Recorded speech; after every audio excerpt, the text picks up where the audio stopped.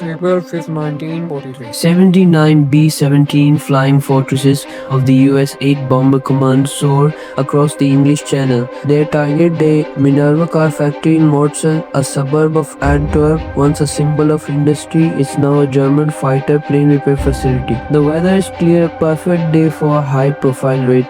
This is the 50th mission of the American 8 Bomber Command against German-occupied Europe. In the lead plane, Brigadier General Frank A. Armstrong commands his crew.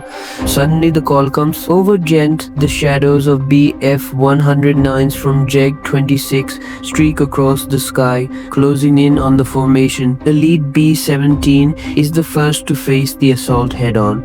A Bf-109 barrels toward it, opening fire. It's a risky tactic, but the skilled German pilots rely on speed and precision. Again and again, they dive toward the formation, unleashing relentless attacks. Even the tough line fortresses have their limits. General Armstrong's plane endures 25 direct attacks, leaving it damaged and its crew wounded. With great reluctance, the lead aircraft turns for home.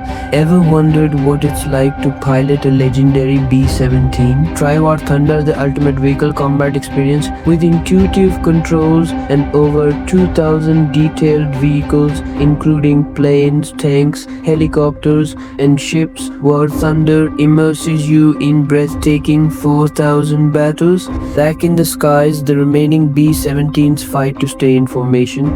Gunners fire in all directions. A waist gunner takes out an attacking Bf-109, while a tail gunner shoots down another, but the German reinforcements keep coming. FW-190s join the fray, adding to the chaos. Explosions rip through the air as flak bursts all around the bombers. Flak knocked out our oxygen system, engine 1's down, and now engine 3's hit. We're barely holding on. The bombers press on, determined to complete their mission. At 3:30 p.m., the skies over Morsel darken as 64 B-17s release their payload, 599 1,000-pound bombs and 216 500-pound bombs. But something goes terribly wrong. Whether due to navigational error, bombardier mistakes, or the chaos of battle, the bombs are dropped seconds too late. Of the massive payload, only 4 bombs hit the factory, igniting fires and choking smoke. Tragically, most bombs fall on civilian areas, homes, schools, and streets.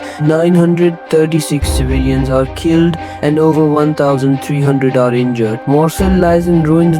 Radio London praised the mission, calling it a success, but German propaganda sees the tragedy, broadcasting reports of civilian devastation. The Belgian ambassador to the United States formally protested. In response, the US government expressed deep regret for the loss of Belgian lives, reaffirming that precautions had been taken to avoid civilian casualties. Today, the site of the Minerva factory has been redeveloped, though remnants of its past remain. This mission, like many in war, serves as a reminder of the cost of freedom. Brave American air crew lost their lives and innocent civilians paid a heavy price.